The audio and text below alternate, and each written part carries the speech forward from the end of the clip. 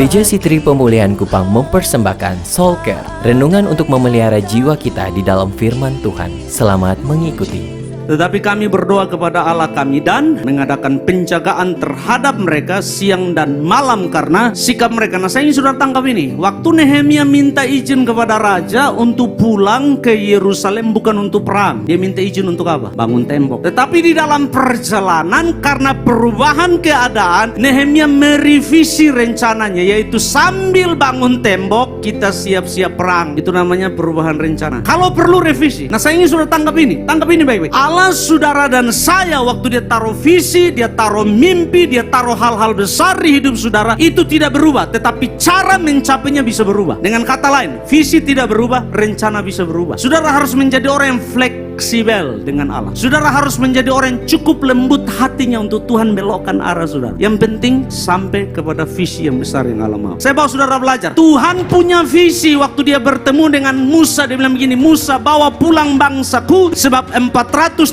tahun mereka berdoa untuk suatu negeri yang penuh dengan susu dan madu. Itu visi dari Tuhan. Bawa pulang mereka. Saudara tahu bahwa jalan yang paling pendek dari Mesir menuju Yerusalem atau menuju Israel itu 2 bulan. Tetapi perubahan rencana terjadi karena di tengah jalan ini bangsa muncul tabiat aslinya. Dari yang 2 bulan perubahan rencana menjadi 40 tahun. Dari yang generasi yang keluar ini harusnya masuk perubahan rencana, generasi yang keluar ini habis, muncullah generasi baru mereka masuk. Dari yang Musa yang pimpin, Musa juga harus selesai. Siapa yang bawa masuk? Yosua yang bawa masuk. Perubahan rencana itu normal.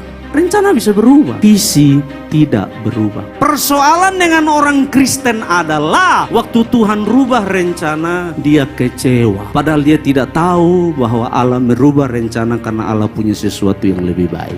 Nah, saudara harus fleksibel, saudara harus peka. Apa yang harus saya lakukan dalam perubahan rencana? Apa part yang harus saya mainkan? Apa bagian yang harus saya buat? Apa di mana saya harus kooperatif? Dengan siapa? Bagaimana? Kapan? Dengan apa? Saudara harus peka, masuk di hadirat Tuhan, berdoa kepada Tuhan, tanya Tuhan, beri saya strategi, beri saya plan, renew my plan, supaya saya bisa sampai ke tujuan yang engkau mau. Jangan berkutit di situ, tapi beta suruh rencana.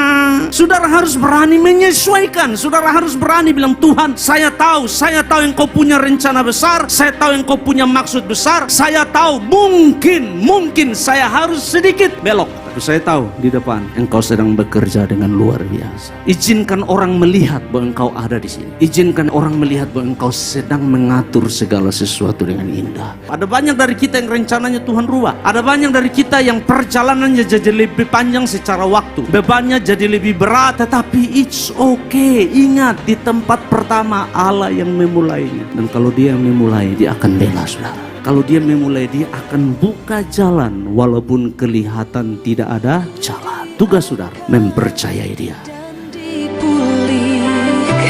Demikian renungan Soul Care dari Gereja Sitri Pemulihan Kupang. Tuhan Yesus memberkati.